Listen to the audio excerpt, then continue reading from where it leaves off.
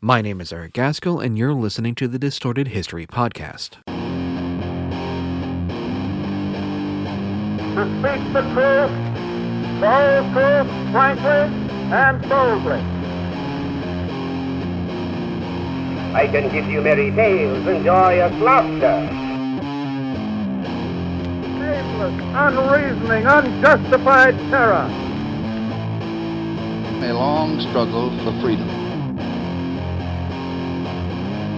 It really is a revolution. In the previous episode in this series, we ended with the creation of heavy metal by the band Black Sabbath, as I and many others credit them with being the first true heavy metal band. For a while, though, they would more or less be the only one, with some other bands like Deep Purple also playing some heavier style of music. That being said, they were more aberrations than any kind of definitive style of music. In fact, they all rejected the label of heavy metal. Soon, though, some up-and-coming bands would take up the label and wear it as a badge of honor. Yet, before we get to talking about such bands, first, like always, I want to acknowledge my sources for this series, which include John Widerhorn and Catherine Turman's Louder Than Hell, The Definitive Oral History of Metal, and Ian Christie's The Complete Headbanging History of Heavy Metal, as well as articles by writers like Michael Hand, Kenneth O. Morgan, Ben Mitchell, Dave Everly, Jeff Barn, and Stevie Chick, as well as documentaries by Sam Dunn and Future History. And like always, these and any other sources that I use will be on this podcast Twitter page and Ko-fi page, links to which are in the description. And with all that being said, let's begin. Black Sabbath had lit the torch of heavy metal, but as time went on and drugs caused division in the band, others would have to pick up said torch and carry on where they left off. One of the first bands to do so would be Judas Priest, a band that, like Sabbath, too came out of the factory area of Birmingham.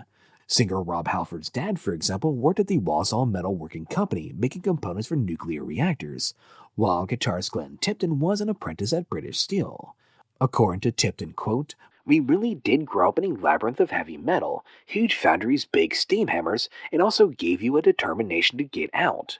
And music, much like it had been for Black Sabbath, would be the way chosen by the members of Judas Priest to escape the factories of Birmingham.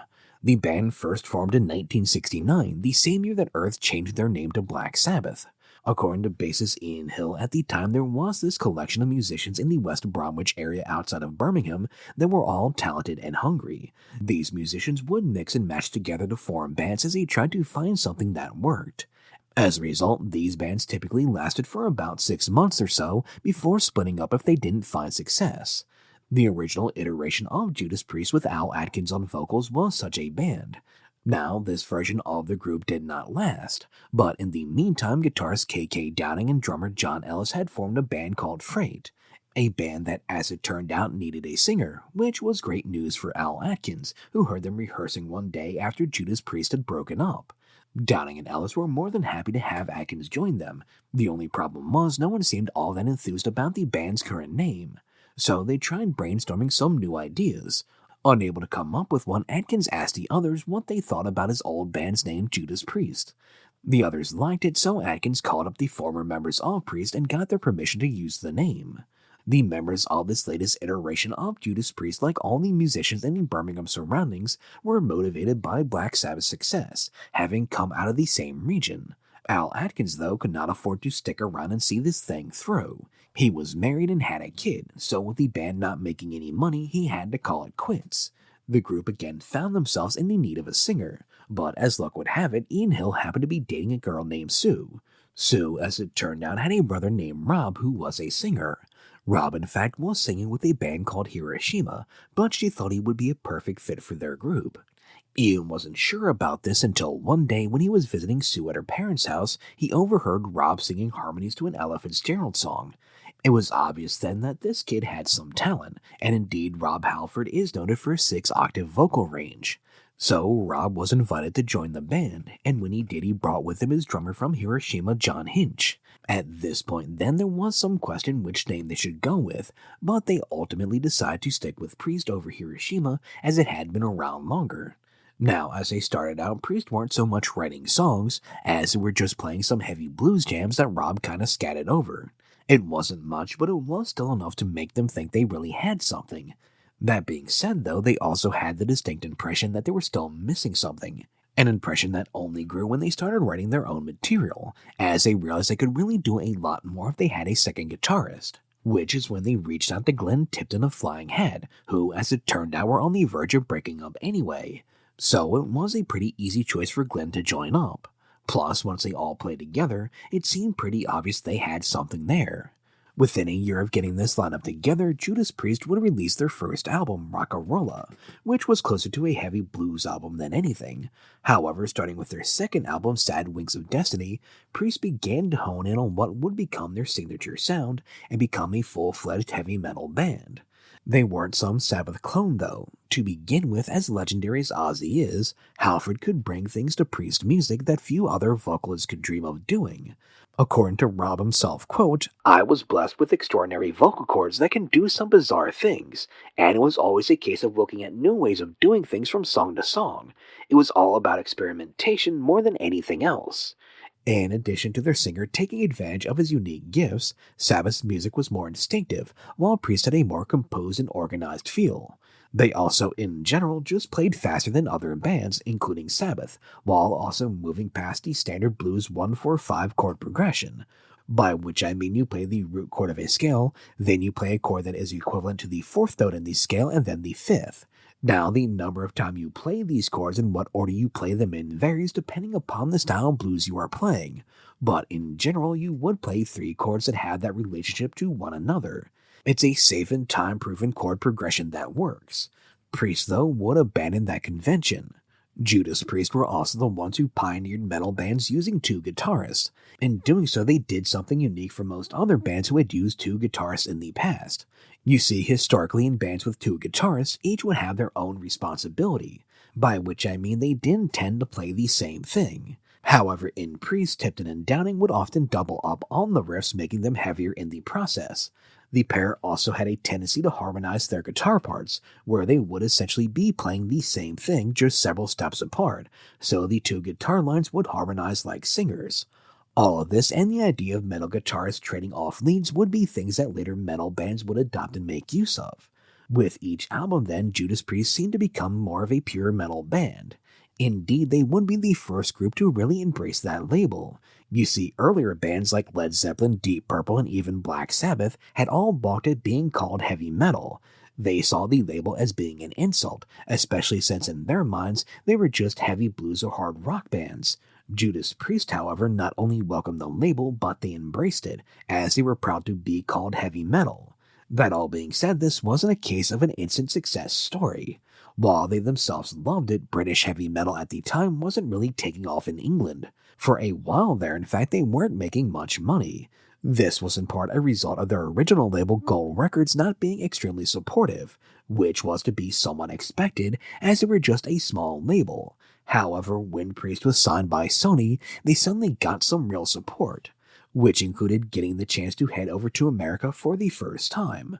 Most notably, this tour of the States included a performance during Oakland's Day on the Green, which meant they were appearing on the same bill as Led Zeppelin, an event which would behind the scenes see members of Zeppelin's entourage assault a security guard.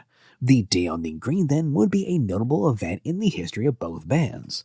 On one side of the coin, it would be Zeppelin's final appearance in the States, while on the flip side it would be the event that helped to establish Judas Priest in America. So while Priest wasn't finding much success in their home country, they would start finding it abroad, as their albums Stained Glass and Hellbent for Leather from 78 and 79 respectively really helped to establish Judas Priest as a legitimate international force in metal, which was fully illustrated when their live album Unleashed in the East that had been recorded in Japan went platinum in the US in 79.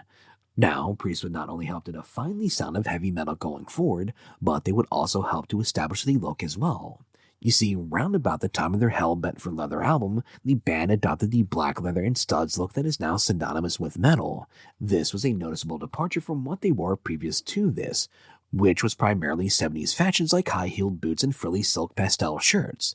Indeed, Ian Hill would describe their outfits from the 70s as very hippie-based, a lot of velvet and satin flowery shirts and bell-bottoms. Think the type of look you'd see from Jimi Hendrix. The thing was, though, this style didn't exactly match their fast, heavy, aggressive music or its dark lyrical content. Now, there does seem to be some disagreement on who really brought the look to the band. According to guitarist K.K. Downing, he remembers having a revelation at some point in the mid-70s when, quote, "I looked across at my bandmates and thought, what the hell are they wearing?" As he really took in their frilly pastel, very 70s outfits. It was then after this moment that Downing claims to have gone to a shoemaker in London where he started having clothes made out of black leather with studs in it. Now, in contrast, singer Rob Halford would claim that the studded leather look originated when he happened to wear a leather biker jacket to rehearsals one day, a look that the rest of the members of the band took notice of as it looked tough. More importantly, it seemed to fit the attitude of the music they were making. Now, Rob Halford, who happens to be gay, has said that the look was not a reference to his sexuality, at least not consciously. Regardless of its origins, though, it really seemed to strike a chord. As Halford would later state, quote, "We were the first band to go out with that particular look. Once it was out there on stage and was being photographed, it just shot around the world. It just looked right. It looked like the music sounded." So much so that other metal bands would take up the look as well. Judas Priest then had helped to define the sound of the next step in the evolution of heavy metal, and were also establishing the look for it as well.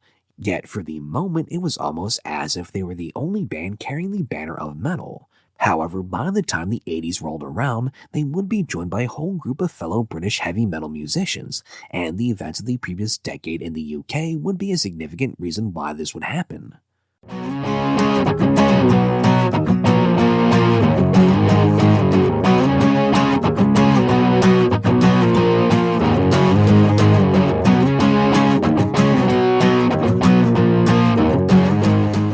Heavy metal, as discussed in the previous episode, had in many ways been formed as a reaction to the political and cultural pressures of the time, which is honestly true of all forms of art. You can learn a lot about a period of time by looking at the art or entertainment created and consumed during that time.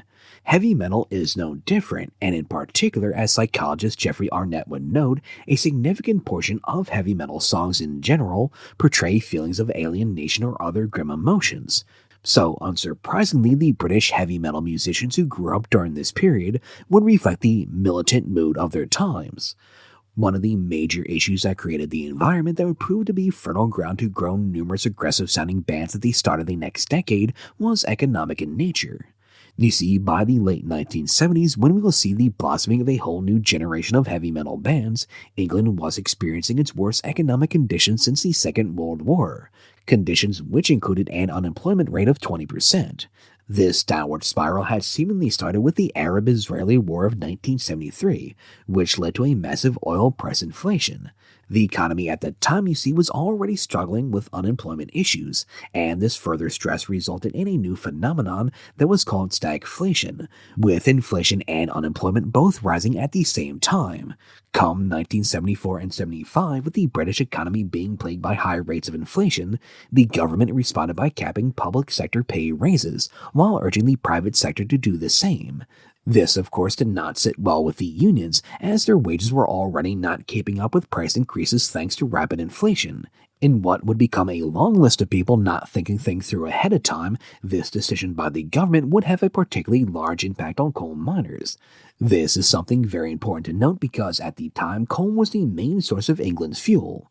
So, there they were relying on coal to power their country while also lacking in other options due to the oil prices. This then would have been a good time to make sure that the coal miners were happy and well paid. Instead, the English government decided on a policy that made sure their paychecks relative to the prices of what they needed to survive would shrink. So the coal miners' union would do what unions do in situations like this and strike. Indeed, the coal miners would actually have to strike multiple times just to try and keep their wages in line with the rising cost of living. In response, the government would do one of the craziest things I've ever heard of and declare a 3-day week to reduce energy consumption and conserve their existing coal supply. According to this plan, the consumption of electricity would be limited to 3 consecutive days each week. This meant businesses were only open during this 3-day period, and families were forced to eat dinner by candlelight on the days the power was shut off. Then came what is known as the Winter of Discontent, which lasted from October 78 into the spring of 79. During this time, prices started to rise again, while pay increases continued to lag behind. This would lead to widespread strikes that this time would include the public sector trade unions. While these strikes were not coordinated in any way, oil tanker drivers, power workers, and even large unions like the Transport and General Workers